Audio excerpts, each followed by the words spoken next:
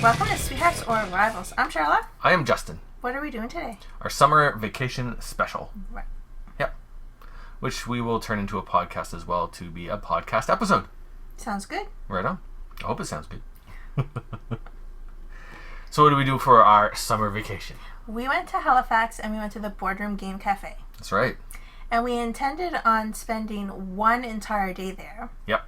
But what happened? The next day we did a couple of things, did some shopping, and then we were about to leave Halifax, and you turned to me and said, we don't need to be home early or anything, do we? And I was like, no, not at all. And you're like, excellent. Let's go back into town and go back to the Boardroom Game Cafe for some more gaming the second day. Right, because we might as well take advantage of the opportunity to play some more games. That is correct. And I was all for it. I was like, yeah! And we went. So we had 2 days at the Boardroom Game Cafe. Not full days, because of course we had a lot of travel mixed in there, but that's okay. Mm-hmm. And we played a bunch of games. And we sold and traded away some games with people in the Halifax area. Right. Where do we start? Talk about that first, or do you want to talk about the games we played? Doesn't matter. Let's talk about the games we played first. Sure. Awesome. So, traveling, we don't travel that well. It's not enjoyable for us. I'm not a good traveler. Yeah. I don't care to see the world. Yeah. Yeah. I enjoy like going places and seeing new places, but the actual traveling where I have to drive is not the funnest. So we listened to a lot of podcasts as we drove around. And because of some of the podcasts that we did listen to, we had an idea of some of the games we would like to try to play. Mm-hmm. And we got to play what? Well, one of the podcasts we listened to made us very interested in coraopolis. Yeah. Which I had seen some videos for, and I don't know, I thought, I've already played games, building your city and adding to like a tableau, but it's the puzzle of placing them on your player board. Yeah. And listening to the podcast, it really hit home, like talking about you have a certain number you're going to choose from the line, and then that number is where you're going to place your building. Yeah, you have 4 numbers, and each time you choose one of those numbers, it's going to determine like what tile you can take plus where you can put it in your grid. Yeah. Yeah, and different tiles interact differently with each other. Yeah. So we gave that a shot. Yeah, when I first saw it, I just thought that's like a light filler or a very, very light gateway, and I just thought no. But it is very, very multi-layered, tricky puzzliness. Mm-hmm. And we did only play with the beginner's board. Yeah. So there's a whole expert sideboard that we still have to explore once we finally get it. Mm-hmm.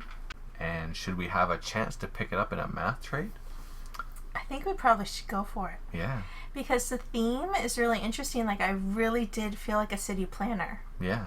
Planning a city. In a very tricky way. Yeah. That was very cool. Different than Suburban. I liked it better. Oh, yeah. Tons better. I enjoyed it a lot more than Suburbia, definitely. Which seems strange. Yeah. But I don't know. I think it just has a sweet spot or something.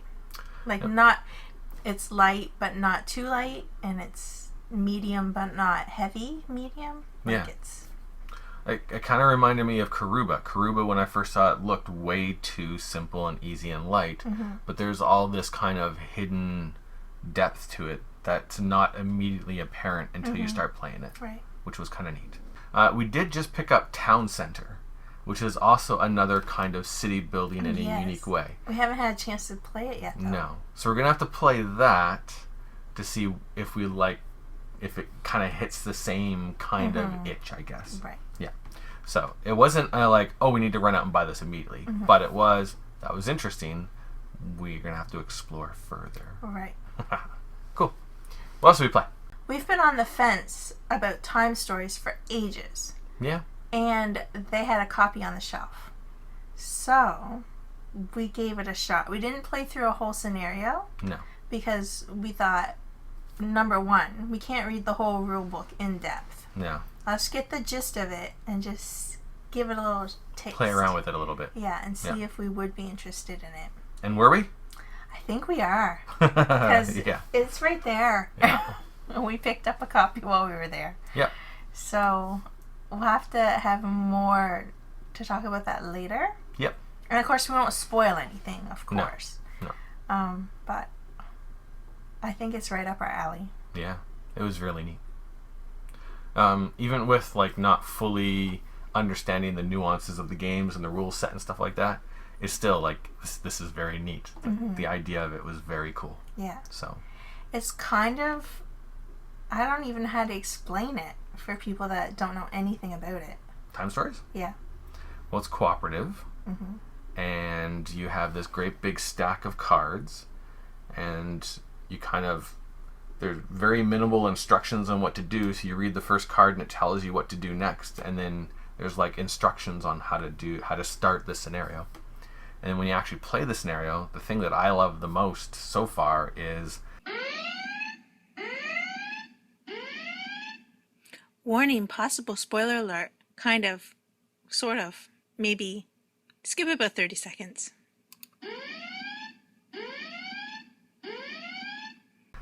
You're not traveling through time physically, you're traveling through time mentally. Oh, yes, that's right. And you're dropping into the bodies of people that already exist Quantum in that leapish. scenario. Yeah, very quantum leapish.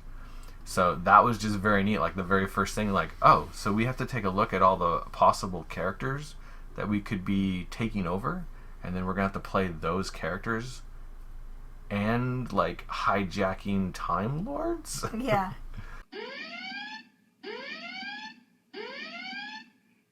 Warning complete. Very cool. Quite cool. Yeah. So looking forward to that. Yeah. It's going to be hard not to just play like 5 games of that tomorrow instead of like getting ready to shoot video for the next day. Yeah, exactly. All right, what else did we get a chance to play at the Boardroom Game Cafe? Another game that we heard on the podcast was via Nebula. Yep. Which, for whatever reason, again, I've seen videos about it that didn't grab my interest. No. But how they explained it, I can't even remember how they explained it on the podcast. But it piqued our interest. Enough that when we saw it there, we're like, well, let's play that. Yeah. Right away. Yep. And the board has a beginner side and it has an expert side. So we played at the beginner side, and I had fun. It was interesting, but it didn't knock my socks off. Right. Yeah. What about you? I actually really enjoyed it. So it did knock your socks off. It didn't knock my socks off, but my feet got warm. There you go. There you Nice. go. I guess. Sounds weird. Anyway, I just found, I don't know why in my brain I'm comparing it to Ticket to Ride. It feels Ticket to Ride-ish to me only because you're using your little meadow pieces to make routes to transport the goods to your construction sites to get the cards. So it's kind of opposite, because in Ticket to Ride you're taking the cards to make the routes to complete your secret goal cards. Yeah. But in this one, like I said, you're making routes to move resources to get cards to score points with after. And also you do have secret cards too that you're trying to make. But there's a lot of public ones as well that anyone can go for. Right. Yeah. But the whole game is just a race. Who can build their 5 houses the quickest? Whoever does that is probably going to be the winner because they're going to get a lot of points for that. And the game is very, very kind of tight and very close, especially when we played it the second time on the expert board side. And it was harder to get to those construction places. Yeah. I think the beginner has more sites for you to put down your construction zones, whereas the expert side of the board, there's exactly the amount needed for everyone to build their houses. So suddenly it's very important to like claim like locations first before someone else does. And it also becomes very, very important for, I'm going to open up this source of resources, but now everyone can access it, and then everyone starts to access it. Right. Yeah, all of that becomes much tighter in the expert board. And it was really interesting in the second game we played, because you're going to generate these resource tiles face down, so they're not really spread out equally throughout the board. Like the second game we played, we turned them all over, and the stone was in like this corner and this corner. So it was really tricky. Like opposite ends of the board. Yeah. Yeah. So it was really tricky to get your stone anywhere. So you had to build these great big long paths to even get stone. Yeah. Or do you just ignore all the gold cards with stone on it? Yeah. And try to work around it the other way. It was tricky. A little bit of blocking, which was kind of neat. Lots more on the expert side. The expert side of the board, I was much more interested in and had a better time with. It was a much better game. Honestly, I would never play with the beginner side again because I did not find it nearly as interesting as the expert side. And something too I really liked, you only have 3 people. Yep. So you put a person on a tile to flip it to make the resources available. But you don't get to take your person back until all the resources are gone. Yeah. So then you find yourself like with this puzzle, like that's his meeple. There's only 1 resource left. Is there anywhere else I can get that resource from so I can tie up his meeple for longer? Yeah.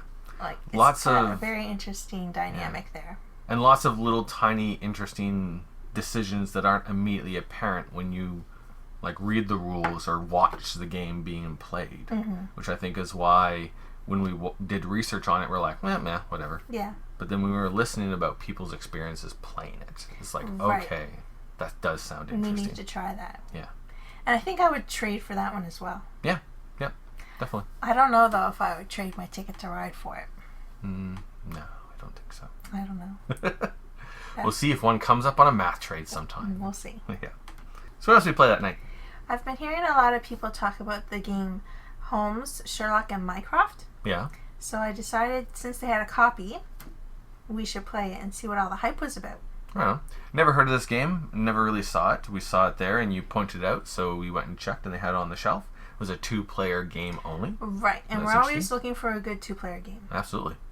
So we tried it out, and in it, one of us is Mycroft, and one of us is Holmes. Holmes is trying to prove a person innocent of a crime, and Mycroft is trying to prove that person guilty. And you do this by gathering ever increasing amount or set collections of different kinds of clues. And how you get those clues is by spending these little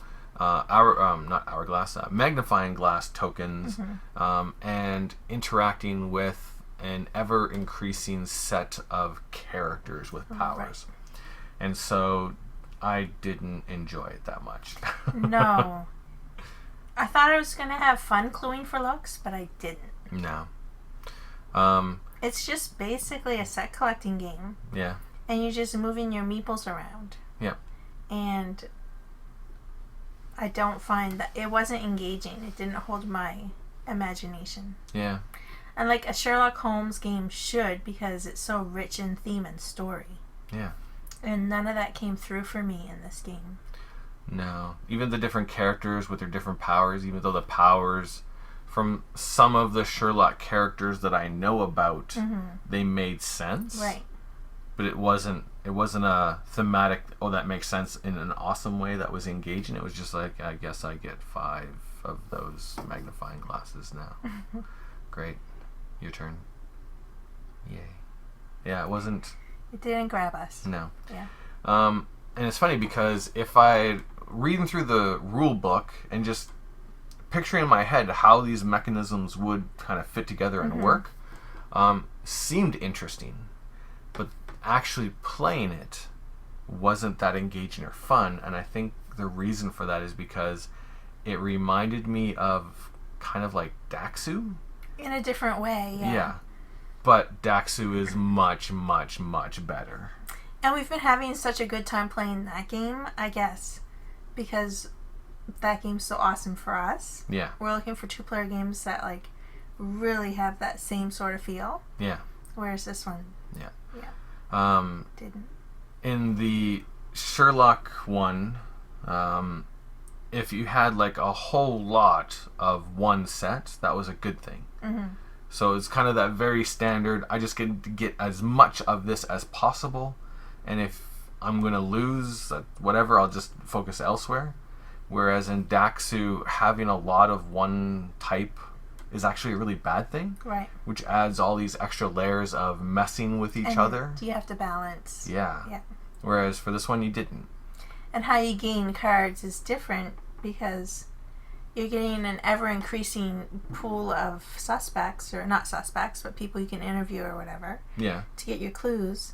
So then there's not even really, like, oh yeah, he took that, but it doesn't matter. I can just go there instead. Yeah, exactly. And then, of course, the mind games of getting into the mind of your opponent, of Daxu. Mm-hmm. And there's nothing like that in Sherlock. Nothing at Mycroft. All. Yeah. So that was disappointing. Seems like a well-designed game, just doesn't have that, wow, this is awesome, that we were looking for. Mm-hmm. Yeah. Oh, well. But we tried another one. We did. Yeah. What did we try this time? We finally tried Kodama. Yeah. Which I really wanted to try ever since I saw it. It's so cute. Yeah. Kodama and you're building are awesome. a tree, and it's just such a nice theme. Yeah. I'm a huge fan of Princess Mononoke. And my favorite part of the movie are all the Kodama, because they are creepy and awesome and cool and cute all at the same time. Mm-hmm. So finding out that there's a game like with all these Kodama, I was like, yeah, we gotta try that. So, what did you think? I liked it. It was neat. But I think I'm realizing something about us, and I don't think a simple card game is going to hold our interest very long. No. Like, it was cool and cute and a really good idea. Yeah. And it was quite fun to play. Yeah. But I don't feel any kind of drive to go back and play it again. No. I don't need it in my collection. No. And I don't want a collection of, like, all those little games, because you're never going to play them with me. Yeah, exactly. Yeah.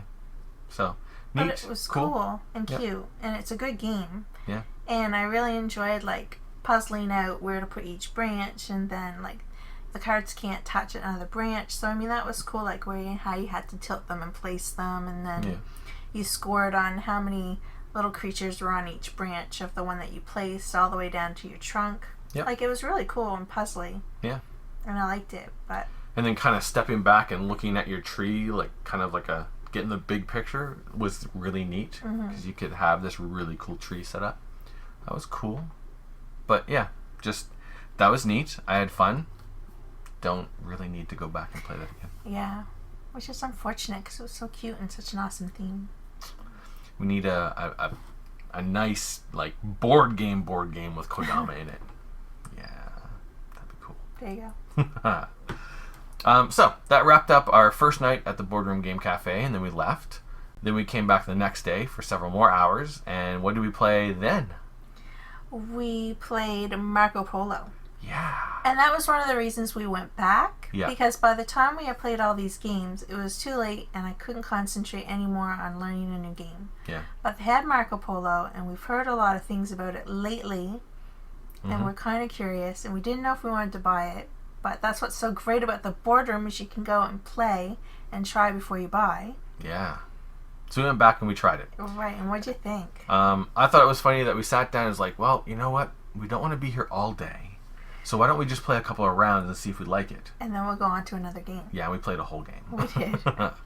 And I thought it was really awesome, really, really unique. Like, as much fun as I had playing the game, I really want to go back and try out some of the other characters, because there's this great big stack of character tiles with special powers that are going to change your entire game. And it was crazy. Like, the game recommends, okay, for your first time, the first player should be this character, and the second player should be this character. So I give Charla her character, and she gets an extra die, and every round you get an extra contract, which is how you get the majority of your points. I'm like, holy cow, that's really powerful. Then I get my character, and what do I get to do? You get to choose every face of your die. You don't even have to roll them. Yeah. So Charla rolls her dice, and I'm just like, you know what, I'm just going to make this a 6. Yeah. Like, I'm just like, holy cow, that's insanely powerful. And all the characters are like that. Yeah. Which I think is brilliant. Here's a nice game that's cool, and it's a good setup, and there's a very interesting system. I like that. And plus, all of the bonuses that you get from getting to the different towns in your ever-expanding economic empire is different every single game, so that's great for replayability. Yeah. So the game itself, all set up, is interesting and cool, and I enjoy it. But the fact that now that this nice little system is set up, let's break it drastically for every single player in one unique asymmetric way. Yeah. That is brilliant. I mean, and that we played the entire game. Yeah. When we just thought, we've got to play a lot of games while we're here. Yeah. Let's just play a couple rounds. Yeah. We're walking in and it's in downtown Halifax, so you have to park and put money in the meter. And Charles like, should I set a timer? I'm like, no, we're not going to be here that long. Yeah, we were there for that long and we got a ticket because I forgot to run out and put money in the meter because it was that good. Yeah. So, Quadropolis and Via Nebula were very good and very surprising. I really want to continue exploring them, but the Voyages of Marco Polo blew me away. On the wish list. Yeah, definitely. What else did we play? The last one we played was Tama. Yep. And Tama, it's very interesting. There have been a lot of these kind of abstract strategy games for 2-player that are very quick. That have grabbed my interest in the past, and then we get them, and then they're not as interesting. Right. So I saw it there, and Onitama has been one of those that I was like, ooh. But recently I've been like, okay, I'm interested in that, but it never works out, so I'm just going to ignore it. Right. But it was there, and we had a few minutes. Yeah. So we played it. What'd you think? I actually kind of really liked it, and I wish that... See, it was after we realized we had a ticket. Yeah. And then we were kind of like, oh, I can't believe we have to spend an extra $20 after we spent so much money on this trip. And I kept thinking about that, and I couldn't enjoy the game. Yeah. But it was really interesting. Yeah. And very, very neat. Very tricky. I've always wanted to, be good at chess. Okay. And I'm just not. There's no way. I don't have time to invest to learn how to play chess I mean, the only way I would is if I was, on Big Brother and I was trapped there for 3 months type of thing. If I had the little movement cards for each of the chess pieces, I could probably play chess. But I can never remember how they each move, so then I have no interest in playing it. I know how they move, I just don't know how to maneuver them to win. Yeah. Anyway, that's another story. But this game is really cool because you only have 2 ways you can move each time. Yep. So then you can just analyze the 2 ways. And then the one you use goes in the middle. And you trade with that one. Yeah, which is awesome. So you're giving up, I just use this movement, so it's going to be going to the opponent in next round. Which is really awesome. And then you're kind of looking... Sorry, go ahead. Okay. No? You're kind of looking like, okay, I'm going to put that one in the middle. Hopefully he'll use that one that he has, and then that will go in the middle. And you can try to plan out 3 or 4 moves in advance. Exactly. And if it works out, it's awesome. Yeah, and I think that was one of the reasons why I got into it, because I've got 2 moves, you've got 2 moves, and there's one in the middle that kind of starts switching back and forth. So there's only 5 moves, and you've only got 5 pieces. And the board is quite small. So... Exactly, because it's really kind of focused on a very small, intense area, you can definitely be like, okay, I'm going to do this, and then hopefully she'll do that. Yeah, exactly what you're saying. You can definitely plan out multiple moves. And then when suddenly you realize your opponent has got you, unless you drastically change everything, suddenly you scramble. Okay, no, I have to do this instead. And it was really cool. I enjoyed it quite a bit. Yeah. Because there was 2 moments where I had you in one move, and then you changed something. Oh, that's nice.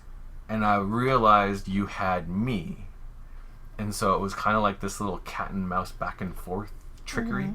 Very, very cool. And I think it would only get better the more you play it. Yeah, especially where there's so many different move cards, but you only ever play with 5 per game. That's amazing. Yeah. And the production value was awesome. The board was like a mouse pad type board. The pieces were nice, big, chunky plastic pieces that looked really awesome. Yeah. Yeah. We might have to consider that one. Yeah, definitely. But I'm still really interested in Santorini. Yeah. Really, really interested in Santorini. Yeah. That's the 3-dimensional puzzle. Where you're building up the houses and stuff. Right, Yeah. with the blue roofs. Yeah. Yeah. So I think we might have to do a little bit more exploring on Onitama and Santorini. And choose one. And they might have to be possibly the 2 abstracty games that actually work for us. Maybe. We'll see. More playthroughs are necessary. They are. So we'll have to go back. Yeah. Of course, we don't get to Halifax all that often, but we'll see. Yeah. And it could be another on our want list for a math trade. True. Yeah.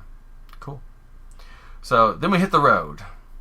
But that wasn't all we did in Halifax. Instead of just playing games, I put a bunch of games up saying, hey, I'm coming to Halifax. Who would like to buy these or trade them? So we got rid of some games, and we picked up some games, and we did some game trading. Right. What did we get rid of? Well, we got rid of our copy of Agricola. Yes, we did. That game's just not for us. No. It's very in-depth, and I don't find it enjoyable enough to invest the time to learn how to play it well. I find it very interesting with the job cards and stuff that you kind of get that makes the game very different, but the rest of the game, even though it's well designed and well put together, I just find there's way too much work with very little payoff to show for it, and so I don't enjoy the experience. Plus, we had a very, very old version of Agricola, so we didn't have the enemy meeples, we didn't have any of that kind of stuff. There's a new version that's out that has streamlined it apparently a little bit. So, yeah. We got rid of it. And we have friends here that have it. I think if we're going to want to play it and learn how to get better at it, we should ask them to play it with us and give us some tips. Yeah, absolutely. What else did we get rid of? This is going to be sad to admit, but we got rid of Suburban Inc. I'm okay with that. But we kept Castles of Mad King Ludwig. True. Because we like that one better. Yeah. And it's in the same family of games. Very interesting game, very well designed, and we have some videos on our YouTube channel about Suburbia. The dryness of the theme doesn't engage us in the game as much as it could. Right. Yeah. So we have games that give us something similar that engage us more, so we got rid of it. Yeah. And also, it's funny that after we got back from our trip, we were watching the Rado top 10 games that he wishes he could play more. Yeah. And one of them was Subdivision, and he went on about how it was way better than Suburbia. Yeah, and we didn't even check that out. No, because we already had Suburbia, and we thought, well, we don't need another game exactly. Yeah. Well, not exactly the same, but we don't need 3 games very similar. Yeah. So I'll have to check that out. We might have to. Yeah. Right on. What else did we get rid of? Well, we got rid of Among the Stars. Yes, we did. Because it wasn't a game for us at all. No, we played it a couple of times, and we were going to do like a playthrough for the channel, and just it wasn't going to be enjoyable to watch because we weren't really going to be enjoying ourselves playing it. No, and I thought, I don't want to play it one more time, even for the channel. Yeah. Which is sad, but I don't know. It is what it is. Yeah. I find it interesting because what doesn't work for me with that game is I feel no connection with anything that I am playing into my space station. Yeah. It's just a calculation of points. Yes. Nothing grabs me whatsoever. Right. But they're doing a Kickstarter, I believe, soon for another game that uses pretty much the exact same game mechanism. But for farming, and the interaction between the cards is very thematically strong and creates a bit of a narrative. And it actually grabs my interest a whole lot more than Among the Stars. I look at it and I'm like, that is farming, Among the Stars farming. Oh, okay. Like, no thanks. I already played Among the Stars. I don't need to farm in space. There we go. But maybe that's just me being, like, having such a serious reaction to it because of how Among much... the Stars. Yeah, which is... That's sad. Like, I don't normally have such strong reactions to games I don't like. There you go. But this one sometimes it happens. What else did we get rid of? We got rid of Pandemic the Cure. Yeah, we did. Which I actually liked that game. Yeah, it was neat. But we just never played it. No. And I don't know. We just, It was a lot of chunky, cool dice. But it was pandemic, which is not a theme that we're really into, and it's cooperative, and cooperatives need to be like stellar, outstanding to hold our interest. It's true. Yeah. We're not the biggest cooperative game players. Right. Yeah. Yeah, I suppose the theme, because germs are gross, and then cooperatives are lame. So we passed that one on to someone else. And what else did we get rid of? Oh dear. Scovel and Scovel Labs. Yeah. Yeah. Which the theme and the components for that game are outstanding. Yep. I have to say. Absolutely. But the game, for us, for a 2-player game, which is how we play most of our games, yeah, it wasn't great for us. Yeah. And we're at the point now where we need games that are great for us. Yeah, exactly. Yeah. Pare back the collection so we can put more great games in there. Right. Yeah. So we got rid of Scovel and Labs. That was gone. Anything else that we got rid of? This was before the trip. Yep. But it did give us money to put towards Time Stories. Yep. So we sold Zaya. They're all yelling. It's okay. I hear them. It's fine. Zaya is a great game that we enjoy quite a bit. Mm-hmm. Yeah. Awesome components, like amazing components, Mm-hmm. awesome gameplay, very, very cool. But a couple of things that make it not hit the table. Well, it's a sandbox game. Yeah. So it can go on forever. Yes. And to make the game really work well, you need 3 players. Mm-hmm. Maybe 4. But it doesn't work very well 2-player at all. And if you want to play with 3 and 4, the time you have to wait in between the rounds for your turn, Yeah. like, it's a long game to start with, and then having to wait that long makes it feel even longer. Yeah, the downtime is...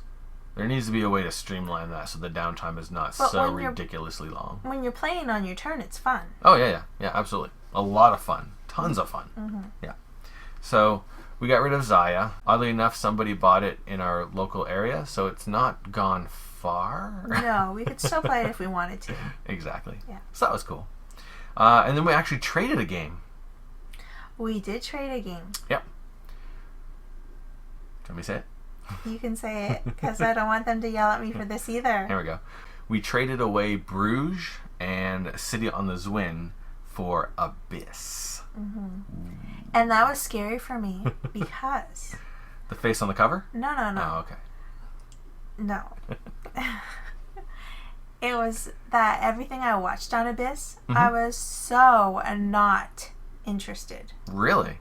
Yes. And it was like a sentence with so period, not period, interested period. Wow. But I knew you were really interested in it. Yeah. And I was ready to trade Bruges, and it seemed like a good trade. Yeah. So I thought, well, if I like it more than Bruges, then at least there's that. Yeah. And we did try it one time already. Yeah.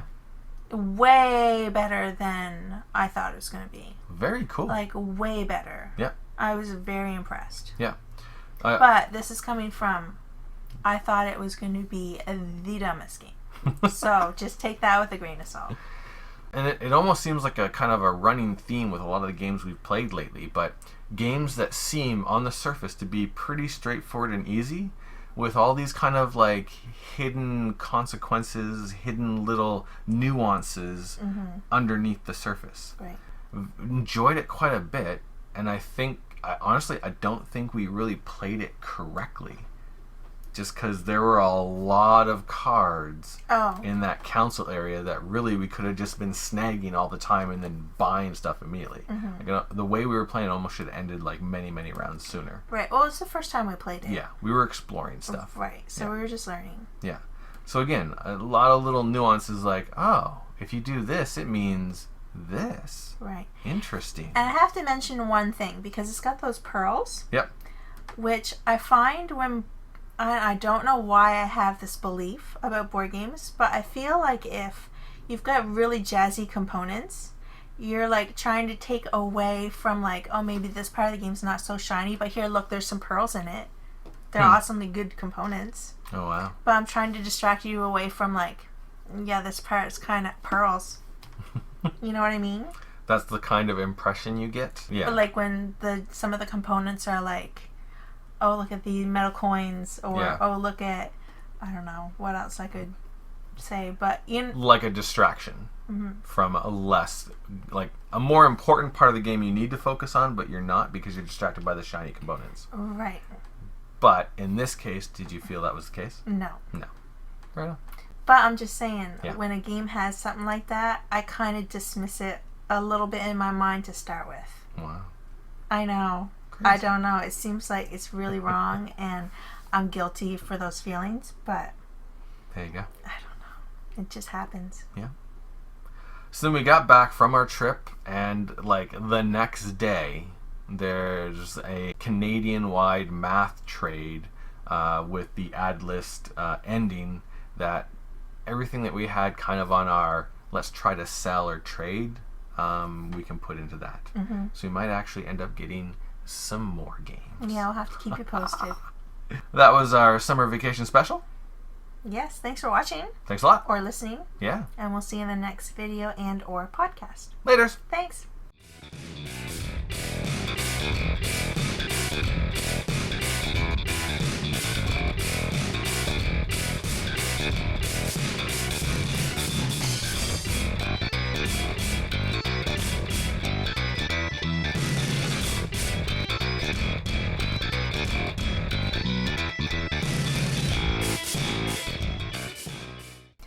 Well, we've been like on the fence about time stories for ages.